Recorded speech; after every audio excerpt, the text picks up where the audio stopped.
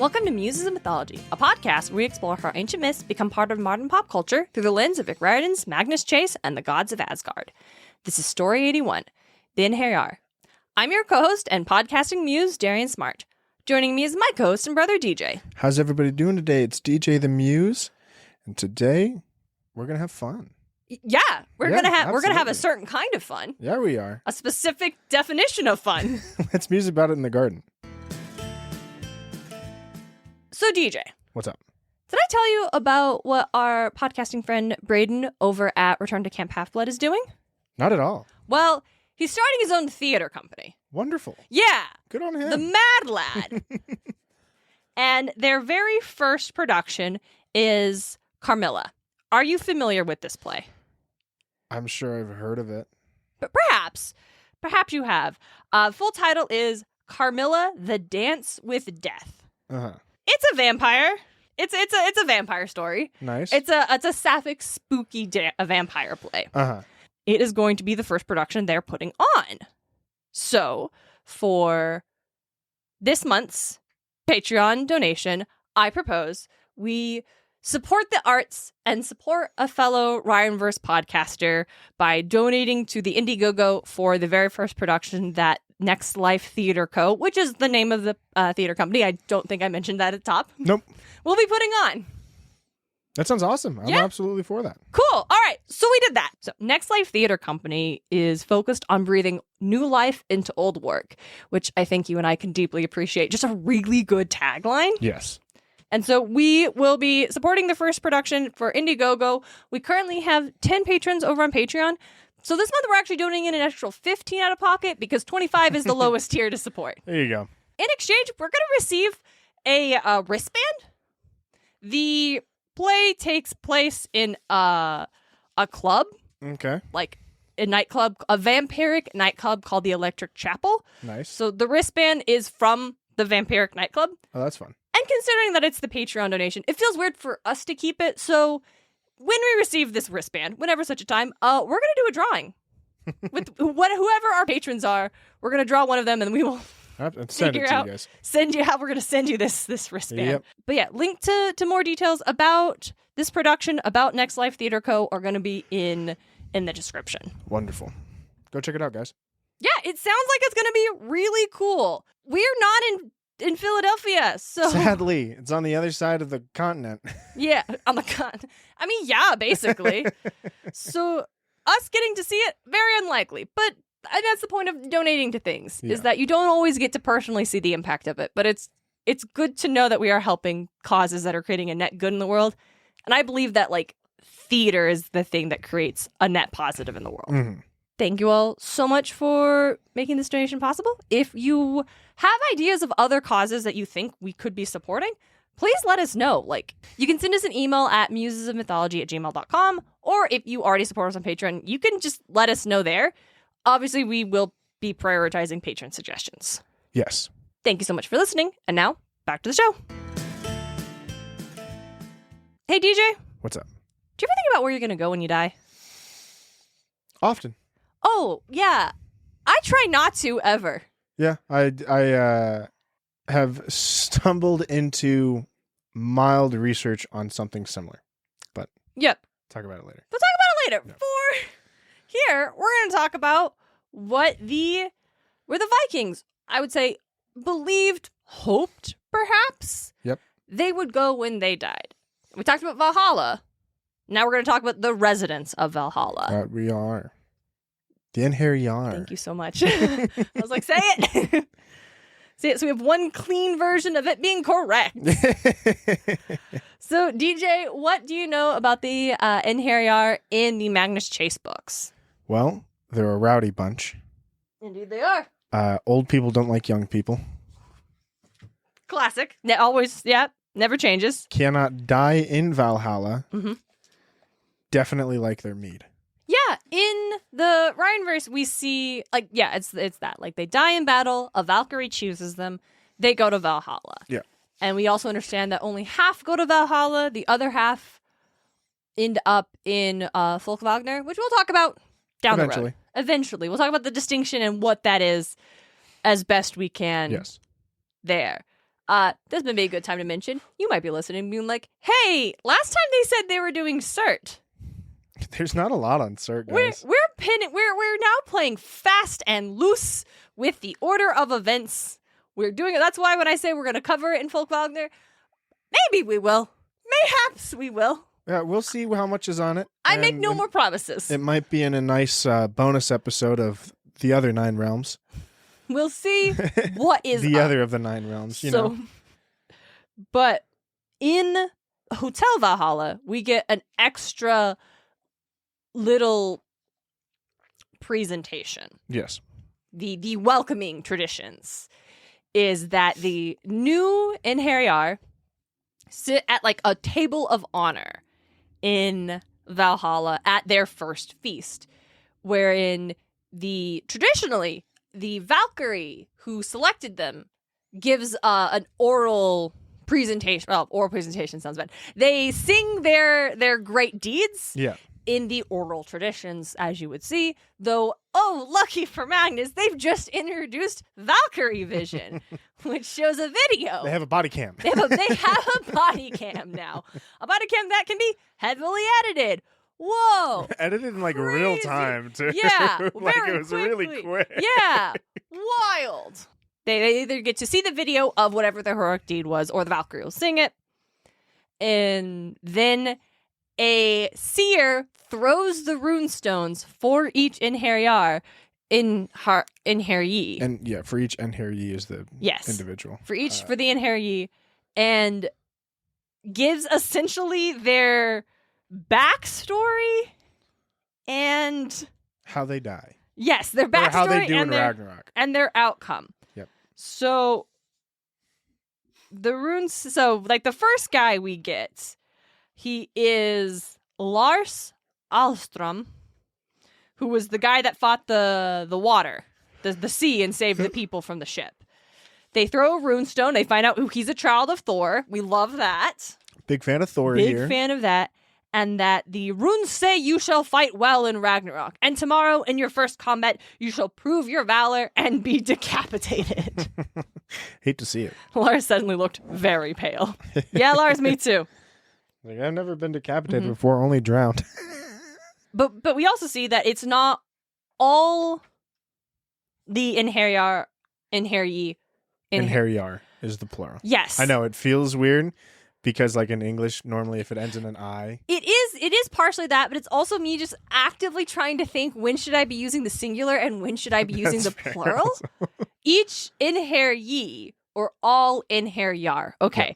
Yeah. Each Einherji isn't necessarily, each of the Einherji isn't necessary. You're getting it. I'm losing my mind in real time. Yeah. Each newcomer to Valhalla isn't necessarily a child of a Norse god. The next gal they pull up is Didi, who saved a bunch of kids at her village school when some warlord soldiers tried to kidnap them. Yeah.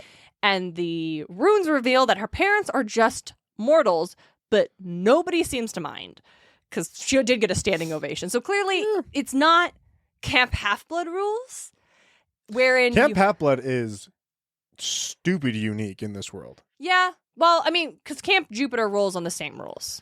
Well, Camp Jupiter still is like, people are like fucking 12 times descended from the gods. Yeah. But they Camp still Half-Blood is full of these demigods. All of these people are children of gods, not descendants of gods. No. Well, it's because none of them live long enough to have kids. Yeah, I know, not what this season is about. It's crazy. It's nuts. We learn a couple things. You don't actually have to be a descendant of a Norse deity in order to roll up. Does question who gets to come here? Odin's chosen. Odin's chosen. That is the thing. And the Valkyries are chosen by Odin. Therefore, the Valkyries are essentially the voice for determining who is Odin's chosen. Yeah. And that is... They are given the role to be like, I'm going to place in you the trust of picking out people for my Valhalla. Yeah. This girl, Didi, she actually is in 100 years will rise to the Thane's table, which is a big deal, too. Oh, it's huge. So, Thor guy... he's just going to get decapitated tomorrow. This girl, though, not of a Norse lineage, but is going to do great things. Yep. So that's very interesting. Other newcomers, they save people, sacrifice their lives. 2 were mortals. 1 was a son of Odin. And then the last one was a daughter of Heimdall. So it's like an even mix of the 7 we get, 3 are the children of just mortals, and 4 are Norse deities. Yeah. Kids. Yeah. But so that's the jam for. Hi, everybody. Hey, how's it going? So, I don't know what that sounded like. I don't know how much you just heard. I'm going to be honest. We're going to restructure our podcast real quick. We love you guys so much. Yes. No. Here's the thing. Actually, I think hold on. Cards on the table. There was a choice that we just made between, and I feel like we were on the precipice of like, let's just stop doing this. You and I pick a different thing to do with our time where we still get to spend this time together and bond and like have that. But like there was Gaming channel was on the table. Like, listen, I'm not saying I almost made DJ do a comic book podcast with me, but I am saying. You know what? I would have been into it. It would have been fun. I would have hey, let's talk about it. And then I would have got to talk about Invincible some more. Oh, yeah, and I would have read Invincible finally. Right. And, and then I could have gotten you to read fucking some Marvel comic. We could have talked about ElfQuest. There you go. My God, that would have. No. We'll talk about ElfQuest in an Alfheim episode. We can talk about ElfQuest in the Alfheim episode. Because here's that's not what we're talking about. That's not because we genuinely love doing the podcast. Yes. Because it has become a time where you and I get to spend time together and offers an opportunity for, especially like me who does the research, to deep dive into things I'm passionate about. Mm-hmm. Those are the things that we get from this. And so it has, and I'm going to be honest, y'all, it's become so fucking hard. Norse mythology is actually way harder than we had anticipated. And I know we've been complaining about it for 3 episodes now. And I thought it would stop. I thought once we got it out, we would figure out the thing and it wouldn't be like this, but it's still this thing. And it's this thing because we've chosen to continue to structure our podcast as we have been with the Greek stuff, which we just can't do. I made a goofy video using that the Beyonce's Texas Hold'em song where it's like, this ain't Texas. No. When your podcast goes from Greek to Norse mythology. Yeah. And I'll be honest, y'all, I only half understood what it meant even in that moment when I made it last week. So here's the thing. We're not ending the podcast. No. We're not suddenly going to do a gaming one or a comic book one or any other thing that we would just enjoy doing as us because of you. And this is you don't have to say like, no, you shouldn't do it just because of us. Like, and I love that, and we love like you guys. But for real, like, it is a thing that like, when it is time for this phase of the podcast, one day it'll be over. Yes. One day, for whatever reason, one day we'll catch up to Rick Riordan's books and just be like, we're done, guys. We're good.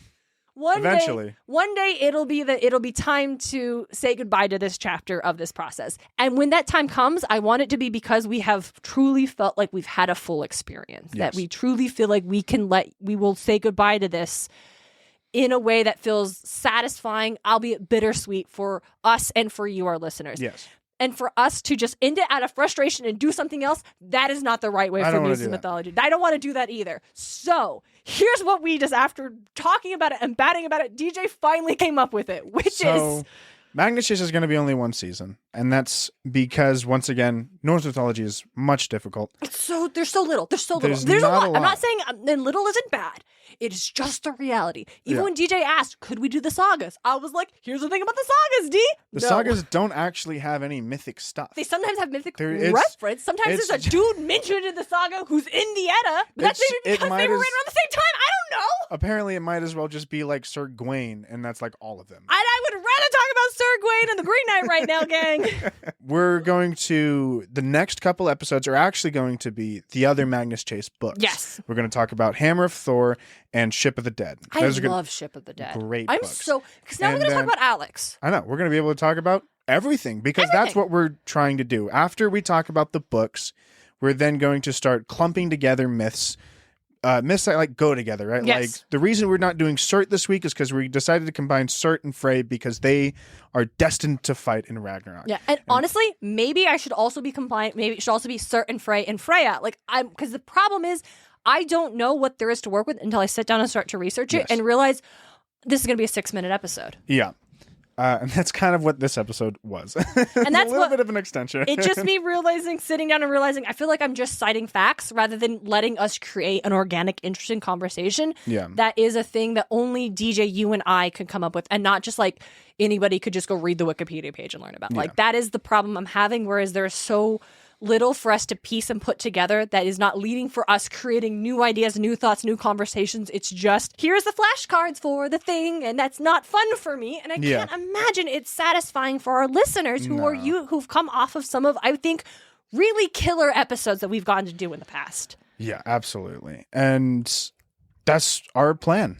We are excited for it now. It's going to feel fresh. It's going to feel new. Yes. Hopefully. And that means we can pick and choose everything we want to do, and it's all going to be fun. So actually, what I think it means is the next Myth episode will actually be about Ragnarok. Yeah. It's very apparent that actually we need to talk about Ragnarok sooner rather than later because it's foundational. So here in a couple months, we're going to be back to talking about myths, but you're going to get 2 wonderful book episodes once more. And listen, I've seen the download numbers. I know you all like the book episodes better than these other episodes. Sometimes I like the book episodes better than the other episodes too, Like, I have a good time during those episodes. Hey, they're the easiest for me. I just have to read a book. Yeah, right. I got to listen to something. It's great. Honestly, right now, I'm trying to also simultaneously edit my draft, and reading things that I enjoy are the best for me to spark ideas while I'm editing. So, that's way good for me too. So, wonderful. Hey, this is I think we just transitioned from some like weird energy to some really hot energy. And I'm sorry for that. Pretty like dull, bland into, hey, how's it going? Hey, we're both losing our absolute minds right now. While I have you here, if you could please go follow us on Instagram, that would be so great. Like we were like 20 away from 1,000, and that shouldn't mean anything, but we've been 20 away from 1,000 for like a month and a half, and I post reels every day. Please. Like, I'm losing my mind. This is me. I usually don't beg. Please. Also, if you could leave us a review and just tell us you like the show. Tell us you're happy it exists. Guys, dude, we love hearing from you, and we actually need the validation. I really need it right now. I'm so sorry. And if this is like giving you major ick and you're just like, I don't want to be here anymore, well, I fuck respect you. Okay. How dare you? We've been doing this shit for 4 years. We deserve more recognition. Fans here. So this is the episode for I think we're gonna go ahead and give you the remyth episode of Sir Gawain and the Green Knight, since we mentioned that at the top. So you're about to hear. I forgot that's a weird fucking movie, guys. So, you're about to hear us complain, honestly. No, I like that. Well, here's the thing about that movie. You're about to hear our thoughts on it. And the really cool piece I wrote in college about it that had a unique take and interpretation of the text that my teacher, who has taught it for a decade, had never heard before. Very proud of that. So thank you so much. We genuinely love you, because if we didn't, this would be us saying sayonara. Yeah, right. But we're not. We're not. We're going to revamp it entirely so it can still be the thing that we're excited and proud to make and share with you. So, sorry for the bait and switch. I, again, don't know how much you will heard, because I don't know what I'm going to edit this into yet. But I'm about to chug an energy drink, and we're going to see what happens. And I'm going to go to bed, because I'm very tired. Yeah. So, hey, thank you all so much. We love you lots. Yep. I don't know. Extra big shout out to our God tier little patrons, Tim O'Connor, the Crystal Con Man, and Nicholas Miller. We are doing this for you. You three specifically. Yep. Thank you guys so much for joining us. And until next time, hey, don't be like Zeus. Don't be like that motherfucker, dude. I picked this one because it's my birthday. I said I wanted to do this one. Why did I pick this? It's my birthday. Why did you pick it? It was the only thing you think of. These remyth episode topics are hard, y'all. Kinda. Well, I mean, I had another one in my back pocket, but like, you don't have access to the other thing I want to do. Sandman. I would have loaned it to you, but like, we kind of ran out of time for that one. So. Yeah.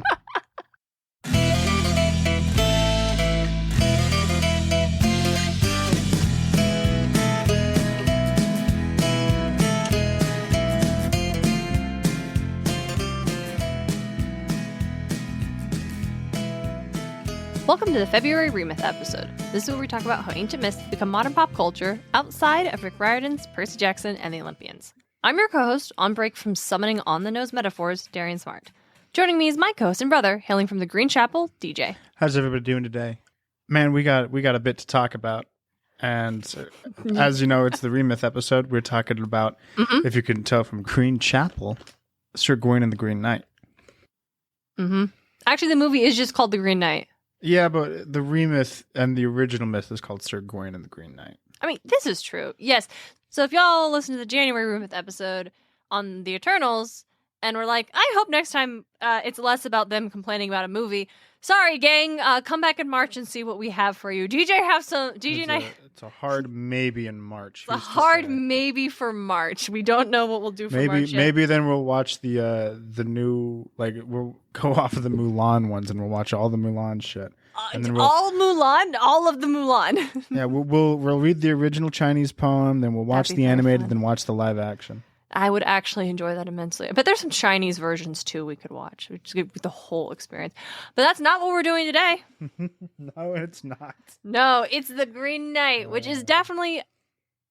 I mean, last month we did Eternals, which still has like a rooting in like the kind of like traditional mythologies we're talking about. I would say the Green Knight, now that we're diving into Arthurian legend, we are just really kicking the door down on what will be a Remyth episode. I'm very excited about that. Yeah. I mean, yeah, I enjoy doing these Remyth episodes a lot. I'm pretty stoked that we could just now start doing like shit like Arthurian, where now we're just taking the Smite route of, well, if it's a story. Listen, we talk about how ancient stories become modern pop culture. What if we talk about how modern pop culture became ancient stories? I think you're going in the wrong order, DJ. H.P. Lovecraft. I'm not. Actually, that's a really good point. Actually, yeah. Because that's guess what? Smite added Cthulhu like last year. No, that and is like, yeah, we know that's not like an actual pantheon, but people view Cthulhu who don't know it like its original origin. They would view it as maybe, yeah, there's some deep sea ass shit. Yeah, the same like, that's really okay. I'm not what this episode's about, but maybe future episodes. Maybe I don't know. Yeah. That's a really good point, DJ, though, and I appreciate you bringing your insight to the table, as always. So, on that note, hey, DJ, 2 minutes on the clock? Okay. Do you want to tell us what the Green Knight was about, since you literally just watched the movie, and I watched it when it came out in May? I will do my best. Timer. All right. Go. So, it's obviously, it starts off. Gawain is coming home. It's Christmas Day. He's coming home, visits his mom. His mom's like, okay, well, I'm not going to the round table with you since I got stuff to do. So he goes to the round table. King Arthur invites him up to sit next to him. The Green Knight shows up, and it's hinted at that the mom is summoning the Green Knight, which I don't understand. The whole thing happens where Gawain cuts off the Green Knight's head. He comes back alive. And it's like, all right, 1 year. 1 year later, he sets off on his magic quest. There's a romantic subplot that I don't care about. He goes off, and then he gets robbed, which was strange. Then there's this fox this whole time. He trips on some shrooms. He goes to that castle place. He stays for less than a day because he fucks the queen, takes the sash and runs, and then kisses the king. And then runs into the fox again. The fox tells him, don't go to the Green Knight. He says, no, I'm going to the Green Knight. So he goes to the Green Knight, and then he wimps out, which is not what the original, but he wimps out and he runs away. And then we go through this whole rapid fire sequence of his love having a baby, and then them ditching her, and him becoming king and taking on the sister sword of Excalibur or whatever it was, and so on and so forth. And then his son dies in war, and he has another like queen and has a daughter, and then shit starts happening, and so he removes the sash when his kingdom is falling, and then a head falls off, and then it turns out that was a vision, and so he removes the sash, and I think he got his head cut off after he removed the sash. I don't remember. The movie does just end at that point. Okay, yeah, and then there's the post-credit scene of a little girl putting on the crown. Yeah, that's DJ, what did you think of this movie? It was a weird movie. It's a weird movie, gang. So yes, let's probably start from the top. So yes, we're talking, as DJ said, the film we were talking about is The Green Knight, which was the film that came out last year, 2021, directed, written, edited, and produced by David Lowery, which is like a lot for one dude to be doing. It's a little too much power for one man to have in terms of a movie. Mm-hmm. It stars Dev Patel as Gawain, or Gawain. Gawain. I've definitely always said Gawain. That could be just a butchering of how it might be supposed to be pronounced. Gawain. I hear it so many different times. I've heard it and both ways. I'm sure I'm going to hear it different when Smite releases him. So, But yeah, released by A24, which is a studio that makes weird fucking movies. So par for the course.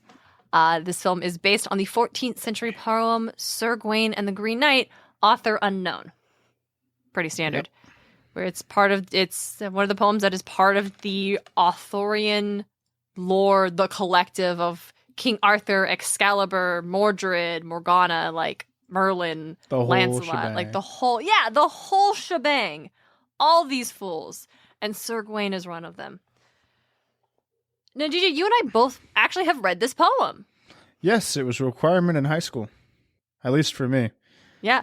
I read it in 2020 for the first time for one of my college classes. It was a English literature class from Beowulf through the Age of Reason. And so I read Beowulf, and I read Sir Gawain and the Green Knight, and I read Chaucer, and I read a bunch of stuff. I wrote a whole paper on Sir Gawain and the Green Knight, and I got an A on it. And my professor was so impressed. He told me. Because it's like, because the paper's on like, what do you think what is the point? And then cite your sources. Like it's a persuasive essay. And I read it and I'm like, there is no point. No. Okay. So top of the story in the poem, it's Christmas at Camelot. Everyone's having a big rowdy time, right?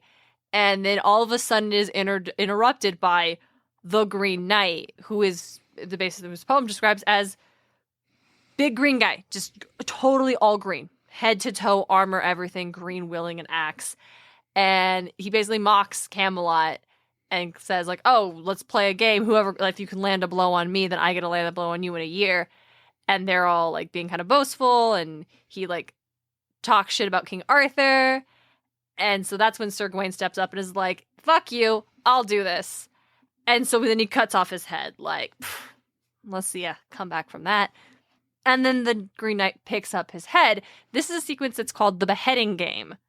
And it's actually a kind of a common trope in these kind of stories. Mm-hmm. And then he goes off. There's a whole year. Shit happens. Sir Gawain gets caught up in this castle business. At the end, he has to come clean about everything he's done. It's kind of hectic. Well, I guess, okay, so most of the movie is not the poem. Yeah, it's a lot of extra stuff that they added. A lot of extra.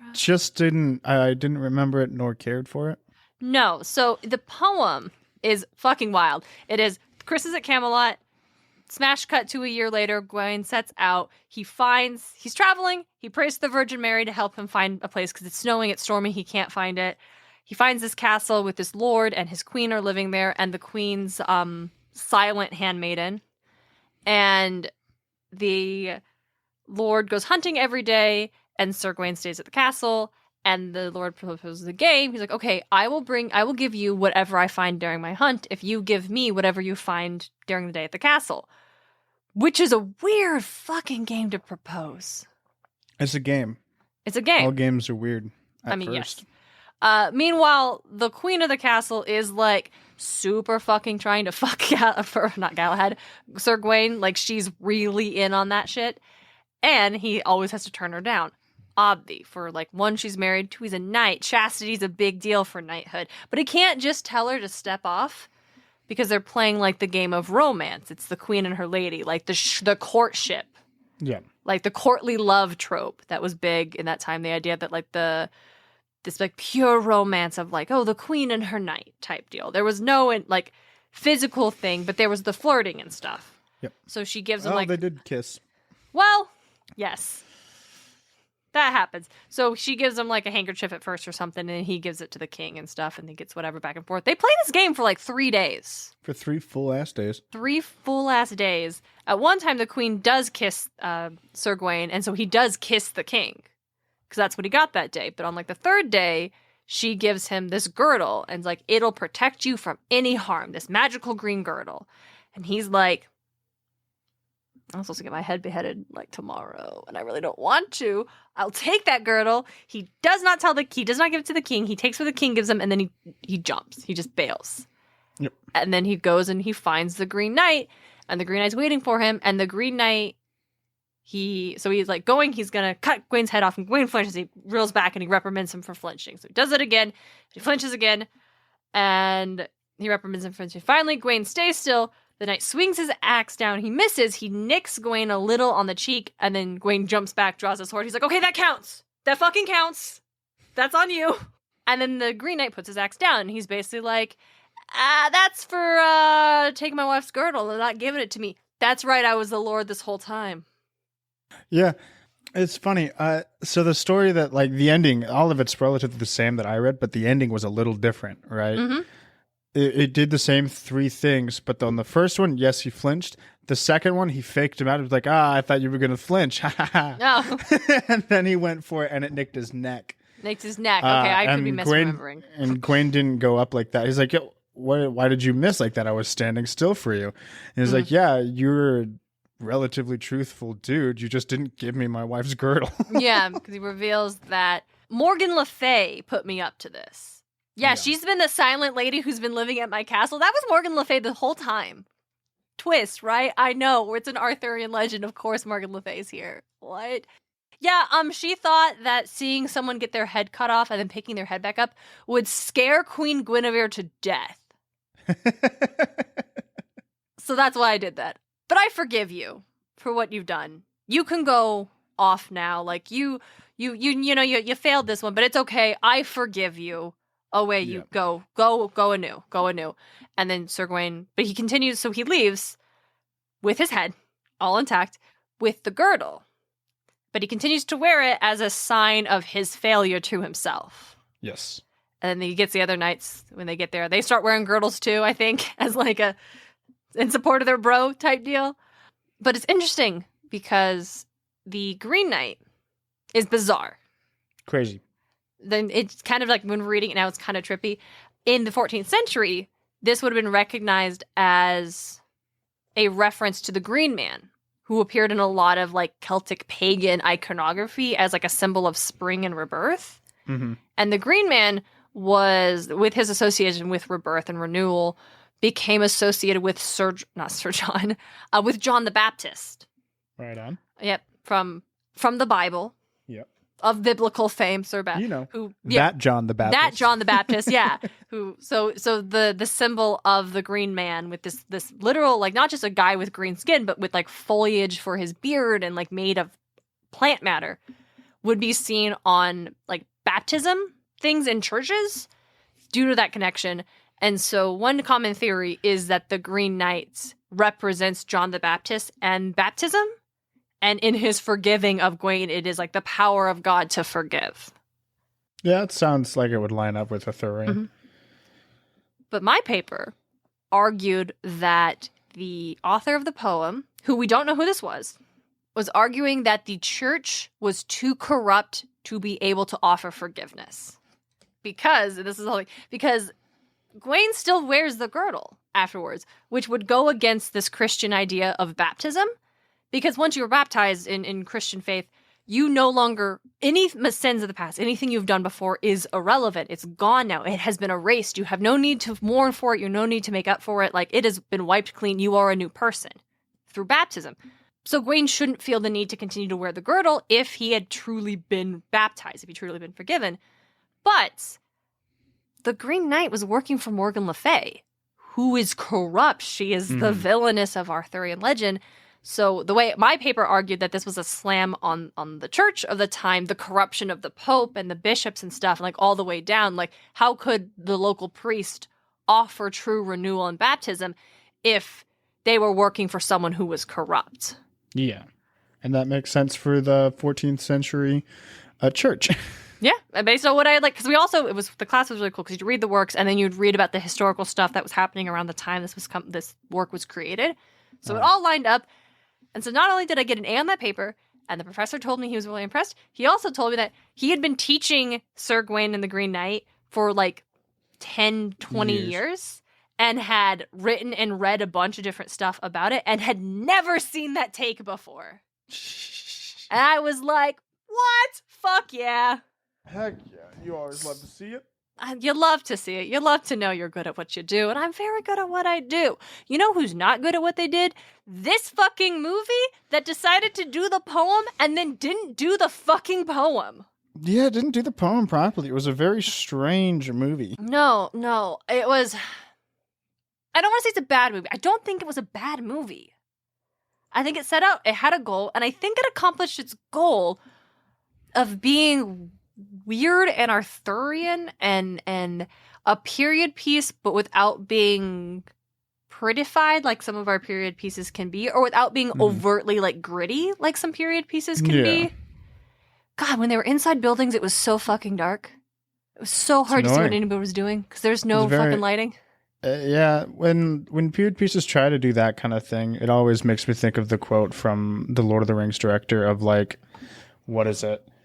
One of the main actors went up to him during like one of the big fights, and it's like that. It's got like a really bluish light to it, and you can see everything on the field that's going on, but it's supposed to be nighttime in the dead of night.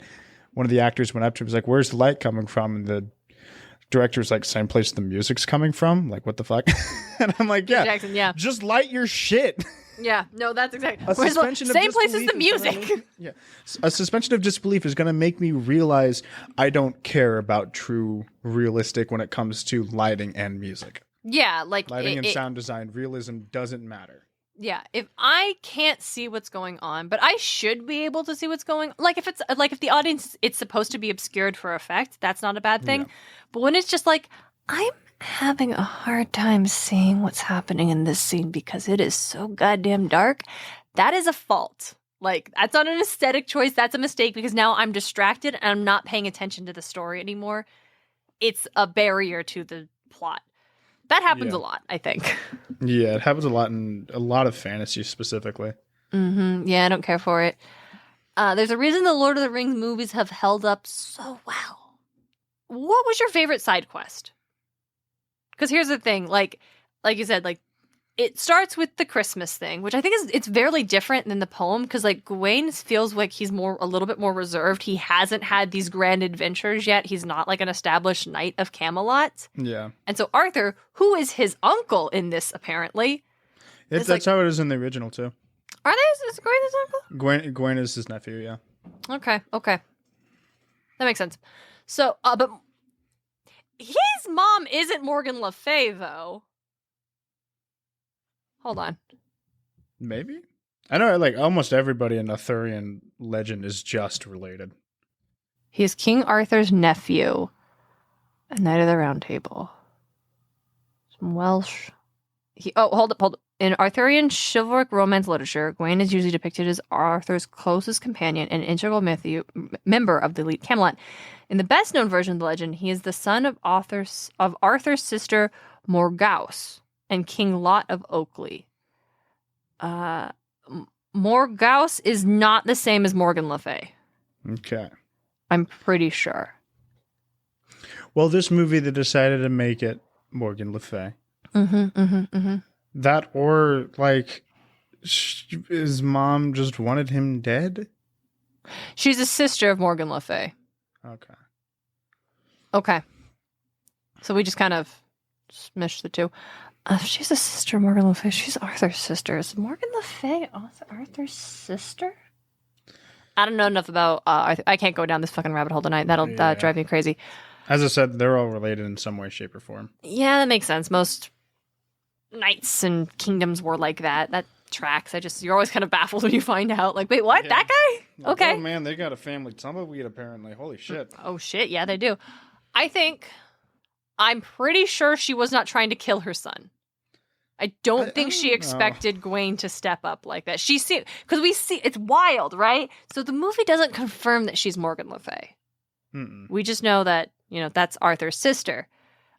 Maybe he's the son of Arthur's brother, who we don't see. No, it said sister. Okay, I wasn't sure. Thank you. You are the son of my sister, came from her womb or some shit like that. Oh, yeah, that tracks. Yeah, Arthur's all bemoaning. He's like, he's an old man now, and he's like, I should have spent more time with family. And you're like, all right, cool. while this is happening, we see Gawain's mom, who again is implied to be Morgan Le Fay, but they never confirm it. But if you know the poem, Morgan Le Fay sends the Green Knight. Therefore, she's Morgan Le Fay. We see her conjuring with these other women and sending the Green Knight. And then once Gawain beheads the Green Knight and the Green Knight picks up his head and like reminds him of his deal, she takes off this blindfold she was wearing and looks devastated. And she gives him the girdle, which is a difference. In this one, like, his mother is the one who gives him the girdle, and he loses it. And then he loses it, and then he gets a new one? It's the same girdle. How the fuck did the queen end up with that girdle? The same way fucking Winifred ended up with that axe. This is when you forgot. So my favorite side quest in all these fucking weird ass side quests is once he gets his horse, it's like freed after he was robbed, he ends up in this house and is like, hello, is anyone here? No one's there. He just falls asleep. And then he's woken up by this really intense lady. And she's like, what are you doing here? Why are you in my bed? He's like, shit, I'm sorry. I didn't know he was here. I'll leave. It's cool. We're cool. And basically she's like, oh, well, I need your help. And he's like, okay, well, sure. What do you need help? I need you to get my head. And it's just like silence. And he's like, your head's on your shoulders. I can assure you it isn't. Yeah. Oh, so this is Winifred. This is Saint Winifred, who was murdered by some asshole, and he cut off her head and threw it in the lake. So her ghost is basically telling Gawain, hey, I need you to get my head for me. And it's a really scary sequence, and it's also simultaneously really funny. Mm-hmm. And this is my favorite part of the movie, is Saint Winifred. It's very good. This part, I was like, if you can find this scene, like, it's really impressive. So he does jump into the lake and find her skull, which is, in that sequence, is trippy as fuck, too. The visuals in this movie are really good. Yeah. So he gets the skull and then reunites it with her body, her skeletal form. Which appeared in the bed he was sleeping in. Yeah. There's just a skeleton in the bed you were sleeping in earlier. And then he's like, okay. And then the axe reappears at some point in time. He gets the axe back that he lost. And he's like, okay. So this movie's trippy. But that was my favorite side quest. Mine's not a side quest, but it's when he starts tripping on the mushrooms. Mainly because that's what I remember the most. So he eats some shrooms and then he vomits and then his hand gets all like fucky. And so he shakes it off. But then he starts seeing naked giant the giants. And he's just like, can you let me ride on your shoulder to the Green Chapel? And they're like, no. But then they're about to grab him anyway, and he starts getting scared. But this fox that's been following him this whole movie appears and tells him to fuck off, I guess. And then they just do. Big fan of Fox Friend, though, who I think may or may not supposed to represent Satan. I'm actually not sure. I have no idea. Who's to say? It's who's to say. No, it's wild. So the poem skips all that. None of this happens in the poem. The poem goes straight from Camelot, year later, now we're at the mysterious castle with this spooky king and queen. And so I don't, again, as I said earlier, I don't know enough about Arthurian legend to say whether this is true or not, but it feels like these are other Sir Gawain stories. Maybe. That were put into this, so he's like, because the idea is like he hasn't done anything. Why call it Sir Gawain, and why call it the Green Knight? Well, so the thing that happens in the movie is that it says, so the movie is Sir Gawain, but each time a new weird quest thing happens, you have a new title card that says Sir Gawain and whatever weird shit is about to happen. So then then the movie should have been called Sir Gawain. But it ends, Not. But here's the thing: the movie never says the Green Knight. So when he gets the Green Knight, it says Sir Gawain and the movie just ends. No, it says the Green Knight on a wood stump. Okay, well you watched it most recently because the poem is Sir Gawain and the Green Knight. I get that. But if we're going through the adventures of Sir Gawain, but the Green Knight, it's a better name for a film, I guess. Right. Like movie-wise, like marketing-wise, the Green Knight's a pretty good name. Yeah. So he goes to all the thing. And that's all fine, right? It's fine. It's weird. It's super weird. It's weird. It's not what I was expecting. No, I don't like I didn't like the robber guy. That was a strange sequence. And then the camera, so they tie up Sir Gawain, and he's like struggling, he's like bound there, and the camera like pans in this big circle, and then when it reaches back to him, he's just a skeleton. Such a weird fucking movie. And then it pans back around, and it's like, oh, he's still there struggling. It's like kind of showing like what's gonna happen if he gives up. He'll just die there. Yeah, and it did that later in the movie again. You know, yeah, it's like he's standing with the Green Knight ready on the third run, and then he runs away and goes through the whole sequence that I explained. And at the very end, his kingdom is about to fall because he was king, but he did it bad. And I guess, yeah. And so he removes the sash, and then his head just falls off. Falls the fuck off. And then it like zooms in on his head, and then it like snaps back to right before the third swing. And so he removes the sash. He's like, okay, I'm ready. And then the Green Knight, and that's when the movie ends. Yeah. So they do this circle thing a couple of times, right? So they do it. At the beginning of the movie, we see like some people telling the story about the Green Knight and Gawain after the Christmas party. Yeah. And so you see this like wooden wheel is turning and showing the year. So they use this symbol of circle and spinning to show the cycle of time. Like that. We see it in the thing where he's tied up. We see it again when he's in the castle, and the camera pans in this big circle all around. But when it just gets back to him is when he takes off the sash, and then it cuts. And so it just gives up on this weird circle motif. Like, just stops doing what it had set up that this was supposed to represent, and then just doesn't do it anymore. And that was annoying. It's just a strange movie. It's a strange movie because and you can have. And I think... as I said, my problem is they said it's Sir Gawain and the Green Knight, and then they don't actually do the poem.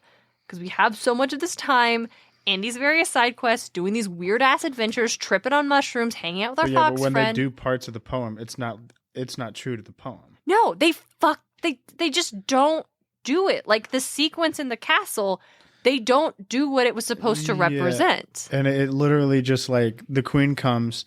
fucks Gawain, gives the sash, and weird. Does she fuck him? No, I think she just gives him a hand job, right? No.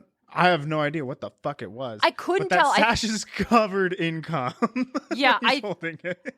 Yeah, and she's kind of bitchy about it too. It's super weird. Also, apparently, the queen is supposed to look like his like brothel girlfriend. Was that this? That's what the Wikipedia entry says, and I'm like. Yes, Alicia Vikander, she plays the brothel girlfriend whose name is Essel, and the lady. I did not recognize them. I didn't realize that was supposed to be the same woman. Yeah. And it's not. I think she's supposed to look like her to like add to like his temptation. It's strange. It's weird. But like, it's weird. So yeah, that happens, and then Gawain takes off after like one day. He doesn't even actually play the game with the king. He sleeps, then gets the hand job or sex or receives the fucking sash, and then goes and runs off. And the king's like, "Well, what the fuck? Aren't we gonna play?" And he's like, "Fuck your game." And then the king's like, "Well, you have something to give me," and then goes kisses a circle. Yeah. Which kind of does align with like the homoerotic subtext of the poem, where it's like kind of implied like but then it's a little forced in this. No, totally. Because what I'm saying is like in the poem, there's this because he does kiss the king. I think he like kisses his hand or something because the queen kissed his hand or he kissed the queen's hand. I don't remember, but there is a kiss exchanged. But it's like implied that like okay, but if he had sex with the queen, would he have had sex with the king too? Like probably, right? There's some layers going on here. The queen doesn't kiss Gawain. They don't. They don't actually kiss. So the king saying "you owe me a kiss" is not accurate. So it also just misses the point of what the game was actually supposed to be. This back and forth, and it's also kind of that was Sir Gawain's sash to begin with. Actually, I don't know how the queen got it, but that's actually his. Yeah. So he's kind of just getting back what was his that his mom gave him. It's just weird. It's just fucking wild. So then we get to the fucking chapel, as DJ has already gone through a couple times, how Gawain dips out. We have this whole, here's your rest of the life. It kind of goes shitty. Like his brothel girlfriend has a baby. He takes the baby, abandons her, marries a noblewoman. His son grows up, dies in battle. The noblewoman has a child.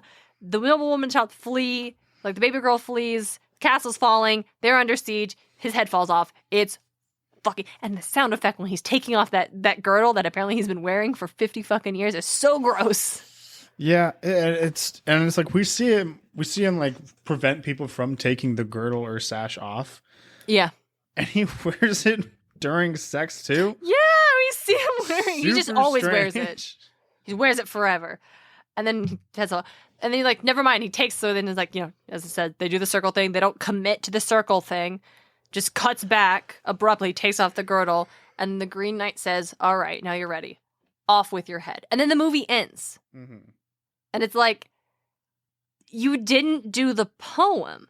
You didn't finish the poem. No, because the Green Knight, because he shows up, the Green Knight's there like hibernating. So Sir Gawain, because he's there early. He's supposed to be at the castle for a week before going, but he's only there for a day because they just don't do the castle sequence. Which, fine, but then why bother? Because that's most of the poem is the castle. So he waits until he waits until the Green Knight wakes up, and then off with your head. Movie ends, and you're just like. So you don't do the part where the one Green Knight, 1, reveals he was the Lord. 2, reveals that he knows he didn't actually give him the thing from his wife like he was supposed to. 3, I was working for Morgan Le Fay the whole time. 4, you're forgiven. 5, I still wear the sash because I'm not forgiven for my failings of like, I'm supposed to be a knight who's noble and have these virtues, and I failed and I wear them. They used that last one where he wears the sash for his failings. But also, it's just like, if he took the sash off, he would have died. I guess. And that's the idea, is that, like, he should have died, but he ran away from his fate when he was supposed to die. Except in the poem, he doesn't die because the Green Knight forgives him because it's a baptism allegory. It's strange. So, I picked this one because it's my birthday. I said I wanted to do this one. Why did I pick this? It's my birthday. Why did you pick it? It was the only thing you could think of. These Remyth episode topics are hard, y'all. Kinda. Well, I mean, I had another one in my back pocket, but like, you don't have access to the other thing I want to do. Sandman. I would have loaned it to you, but like, we kind of ran out of time for that one. So. Yeah. Hey, you get a Sandman compendium where I don't have to go through books, and I'll fucking read it. God, I'm not a fan of compendiums. I mean, I think they're great. I just love.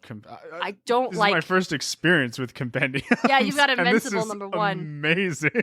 I don't like books that are too thick. I find them uncomfortable to hold. I like compendiums for like I have our good friend of the show and God tier patron Tim O'Connor has like in the past he gave me the Saga compendium, the first one, and I like just having it.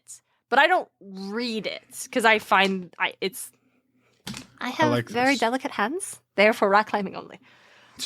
Very delicate hands. They're for one of like the most gruffest things you can do to your hands.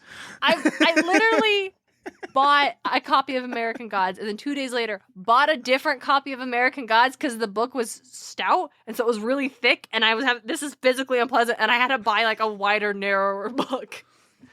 It's too thick. I don't like it, but I like seeing them. I just don't like reading them.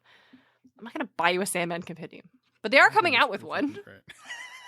They are actually, because Netflix is about to drop their show, so they're gonna like pump out some Sandman shit. It's gonna be great. I am gonna skip episode 5. I do not need to see 24-Hour Diner in live action. I read it. It's great horror. I don't need to see that shit again. So why not?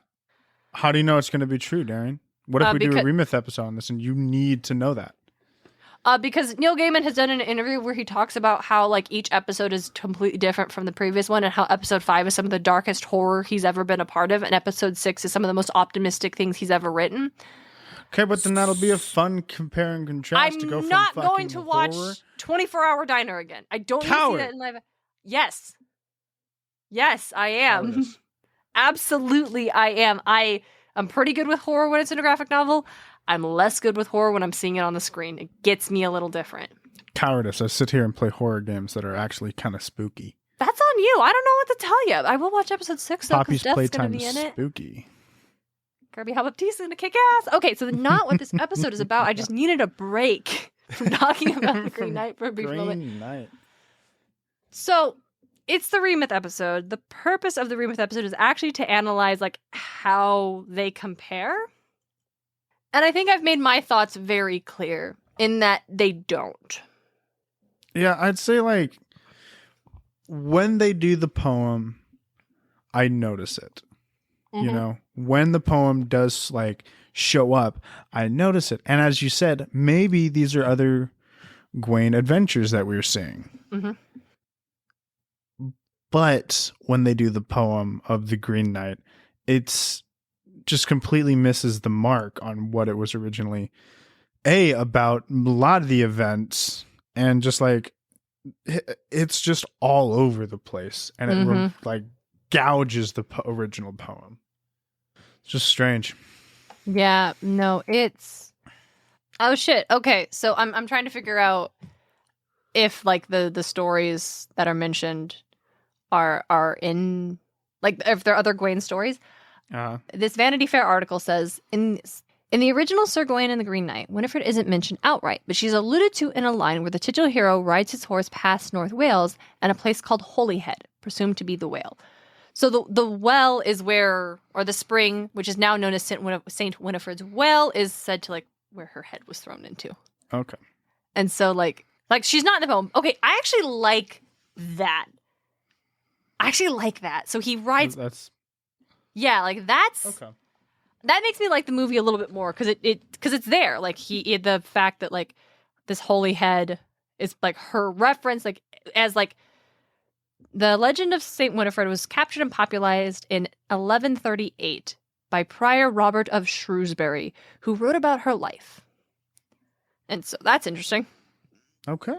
So like in the poem, which was from the 14th century, this 12th century story was like referenced briefly, like as an Easter egg, essentially. Like if you were a 14th century person hearing the poem and you hear Gawain goes up into North Wales past Holyhead, you'd be like, oh, St. Winifred. Hey. So I like that. So I actually will like, I don't think the movie's bad, and I don't think they were lazy. Like when I say they didn't do the poem, I don't think it's like, oh, they didn't understand the poem, or like, you know, David Lowery like just didn't get it, or he thought his version was. I don't think that at all, because clearly like this one reference of like bringing Saint Winifred in like demonstrates that like, and you also don't do a Arthurian fucking 14th century story adaptation if you don't care about it. Yeah. I mean, you do sometimes. I'm pretty sure most of the King Arthur stories that want just to be action movies, you could say that maybe we don't actually care about the lore. I mean, it's still fun to watch. Sometimes I'm tired where it's like, this doesn't need to be an action story. It's not, because I wouldn't call it an action movie. No, this isn't an action movie. No, it's interesting, but like it was a weird. I guess I'm just confused. The movie left me baffled. I was perplexed. Like when we got home, because I saw it in the theaters, like that brief period when it's like, oh, the vaccine was out and things were looking up in 2021, where we thought like, oh, maybe COVID's officially done now. Kate and I went out to a martini bar and got hella tipsy and then went to see Sir Gawain and the Green Knight. And they closed for a couple more months. And then everything shut down again. But that was one golden weekend. So we went to see the movie. When we got home, my roommate Lucy asked us, how was the movie? And we just make twin sounds of just like, let me tell you, Lucy. This movie was weird. It was weird.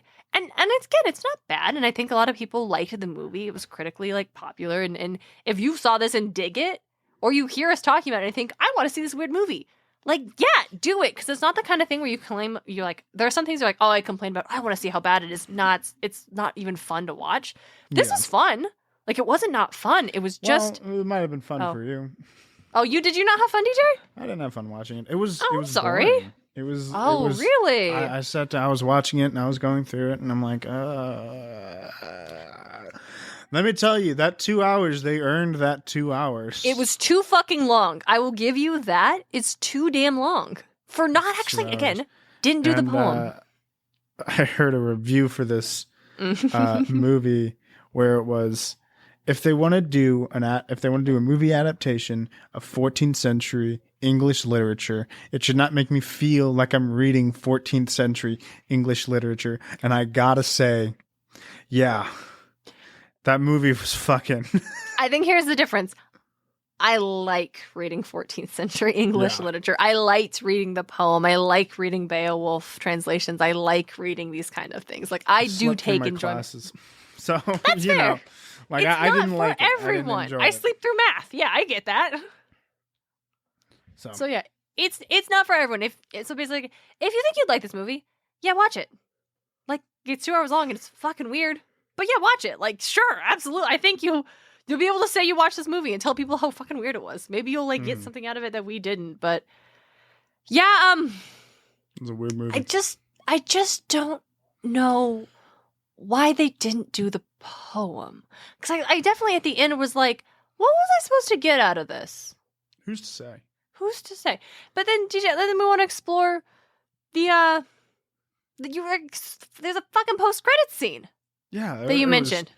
Weird. It was like a little girl, which I don't know who that little girl was. That's the daughter from the flash sequence. Yes, the noblewoman, the queen he marries, has a daughter. I know it had a daughter. I didn't realize it was that little girl. It's the same little girl. She puts on the crown of Camelot. It's like on the ground. So it kind of implies that everything we saw in that like flash forward sequence happens. And that sucks because like God, that sequence wasn't good. Wasn't pleasant. It was a real bummer. Yeah, no one seemed happy in what was happening. And then Camelot falls. But I guess hey, it's not Arthur and Lancelot and Guinevere's fault this time. It's just some marauders. We don't know. It could have been. We don't know. I don't know. I think we were seeing a version of the story where Guinevere and Lancelot don't hook up. Yeah, mainly because King Arthur and Guinevere die, and King Arthur hands the throne over to Gawain. Yeah, he gives Gawain. Well, I guess he's the only heir, because Arthur had no children. I didn't realize nephews could become heirs. Yeah, so because especially nephews from the daughter from a girl. Yes, because there was no one else to take the throne. Gawain is the next male heir. Because Arthur has no sons. So we go... That ends that line. So you go to the previous king and find who is the next male heir for that king. Well, that's going to be his grandson. So that's it. But also I think it does sound like Arthur like names him his heir, like formally, which is wise because there could have been a little hubbubaloo about it. We don't want to see the knights fighting over who's going to take over Camelot. So he like names Gawain his heir, which wise. Why is that Arthur's part? Gawain whatever sword that was. Was that Excalibur? Because Gawain wields the sister sword of Excalibur in his legends. Yeah, but I think in this one it is Excalibur. Okay. Because Arthur gives him Excalibur at the beginning of the film. That's what he uses to decapitate the knight. Yeah. Which was also a different from the poem. Yeah, he uses his axe in the poem, right? He uses the Green Knight's axe. Mm-hmm. Yeah.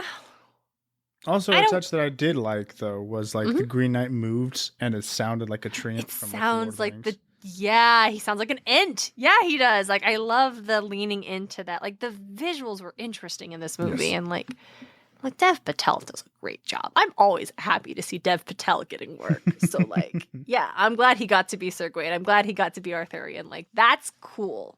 Yes. I vibe. God, he just looked like a kick puppy the whole time, doesn't he? Yeah, he did. That's Dev Patel's strong suit. He always just kind of looks like a kick puppy. He just looks so sad. The whole movie. He looks so sad and confused. Like he doesn't know why he's there. Yeah, he looks sad, scared, and worried, and like, yeah. It's a very good Gawain. And also, that's kind of how I felt when the movie like ended, and then just like I was sad, scared, and worried. Like, what is happening here? What's going on? And my martini my martini tipsiness had long since worn off, so I was sober by the end of that flick. Oh my God. It's too expensive by drinks at the theater. I wasn't gonna keep that drunken like level up. So. Just get like one drink and you'll be fine. You're such a small thing. Yeah, but they're like, God, their pores are so stingy. at the Village. That's fair. Like, I got once. I'm like, yeah, I could barely taste the Crown. I could barely taste the alcohol. It's like, yeah, it's like, they're like, and these are, this cocktail's not fucking worth it. Hey, let me just get a shot of Crown real quick. Yeah, like, that's how you deal with it. Like, knock it back. The martinis were strong though. Like beforehand, like at the restaurant, like Kate and I got 2, and we were like, holy shit! And we had to like sit for like 10 minutes before we could leave because we were like, fuck. And Kate's not a lightweight, so we were just like, shit. So I was drunk for about half the movie, and then I sobered up by the end, and just in time to be disappointed. Son of a bitch. I am no longer fun. I'm no longer having fun here, and I don't think I've been having fun at all. I did again. You found the movie boring. I did find it entertaining. I just am. They didn't do the poem. I can't figure out why. And sometimes you see an adaptation and they take out things and they change things and you get it. It's like, this is a vision. They wanted to do this. They wanted to surprise you. They wanted to do something different. But like, I just don't know why we did this and didn't do the fucking poem. Yeah. Whatever. It's fine. I got to see Saint Winifred, and that was really fun and scary. So that was for me. And Fox Friend, who earlier I said that I think it's a Satan allegory. I should elaborate on why I think that. Because at the end of the movie, Gigi, as you mentioned, the Fox Friend tries to convince Sir Gawain not to go on. To turn back, to run. Turn back. You're going to your death. You don't have to do this. And he sends the fox away. The reason I say I think it's supposed to represent like Satan is because like it's fox, it's a trickster. It's like inherent to nature, which is usually inherently opposed to like the Christian structure of the church of the 14th century. And it's like Gawain has to do this. He made a promise. He's a knight. It's for his chivalry. It's for his kingdom. Like, and this fox who has been helping him the whole time, trying to get him to turn away, feels that's why I think it's supposed to be Satan. Maybe. But then he listens to him, and then we go through the whole weird time sequence, and then he doesn't listen to him. Yes. But the same thing, but based on that post-credit scene, wow, the same thing happens no matter what. Yeah. Which implies that the Green Knight doesn't behead him and does tell him, and then he dies to the Marauders instead of just his head falling off from the sash. From the sash. How else can you explain that scene, Darian? No, it's wild. I just like the way how you said sash and it's a girdle. Which is worse. I don't like the word girdle. It's in the back of your throat. It's bad mouthfeel. It's not a good word. That's why sash. Sash. So much better. So much better. I think that's all I have. I don't got anything else on this movie. I don't have anything else. No, I don't really know if we're supposed to like lay verdict on whether or not we think this is a successful adaptation or not. I think it's a successful adaptation of 14th century Arthurian because that's for sure. Yeah, whether or not you like that is up to you. I felt like I don't like the movie. Like I said earlier, I don't like the movies where they take it and turn it into like a combat action movie. I find that less interesting. But this one I felt like was because some of them are just combat action stories. Yeah, but you know what I mean. Yeah. It's like when Robin Hood's a weird action flick. I don't like it. Yeah, that's fair. You could have action sequences. I don't want an action movie for my 14th century lore. It's not fun for me. But each her own. Like, everyone has their own opinions. Yeah. We have our own taste. That's why we have all these movies to choose from. That's great. It's great. So I will say, like, I did like that in that, like, I think it was a successful adaptation of just general 14th century storytelling. Visually, it felt weird. It felt out of place. It didn't feel like the way stories are told now, which worked for me in terms of what it was supposed to be. In terms of adapting Sir Gawain the Green Knight, a 14th century poem by Anonymous, this ain't it, yo. I'm a little bit on the same board, but I am on the side of I don't like 14th century English literature. That's fair. That's yeah. No, fair. Totes. I love Arthurian lore. I loved like just hearing about it. It sounds amazing and just like awesome, and these stories sound fucking wonderful. But I don't like the way that they write it in the original. You know? Well, yeah. I'm sorry, DJ. I recommended this. I did legitimately think you'd have at least fun watching this movie. I did not think it would be boring for you, and I apologize for making you watch a 2-hour boring movie. That 2 sucks. Hours. I'm so sorry. Like, legitimately. I stopped and got a fucking milkshake in the middle of it. That's rough. I am so sorry. Please, DJ, please pick anything you want. March is going to be your remit. Like, anything honestly, you want. Honestly, the Mulan thing sounds fun. Are we going to do the Mulan? Maybe. We can do Mulan. Okay, maybe. yeah. Let's not pin it down. We'll commit yet. to it. It's a maybe. Maybe I'll come up with something else, but it's a maybe. It's a maybe. We should probably figure out what we want to do before we record these so we can tell our patrons, because I know we've got some of our patrons who really do enjoy. Participate. Mm-hmm. I think we're good. I'm glad I got to say my piece on The Green Knight. I'm glad I didn't watch it again. I watched it once. I'm good. I didn't forget it. I refreshed myself on the synopsis. But you're right, DJ. The 2 hours was long, and I was like, I cannot sit. There were a lot of movies that are like, 2 hours, and I sit there and I watch it. I'm like, fuck this 2 hours, dude. Mm-hmm. Other times I'm like, was that really 2 hours? Was Endgame really 3 hours? Oh yeah, I personally don't feel the time for Endgame. Like, I'm just like, every second is worth it. But that's awesome. I'm sitting there. But that's me. Like, it's not everybody. Yeah. But then there's Eternals, and you're just like, when will it end? Eternals was one of those. I'm like, this is a 2.5 hour long movie. Like, why is it so long? Are you kidding me? Why are we still here? Gilgamesh, no. I'm sure there are a few scenes in this that we can remove, and it'd be a lot, not a lot better, but fuck, it'd be shorter. And I'd still have the same coherent story. Probably. Yeah. Remove the whole plot of the fucking... What the fuck were those things called?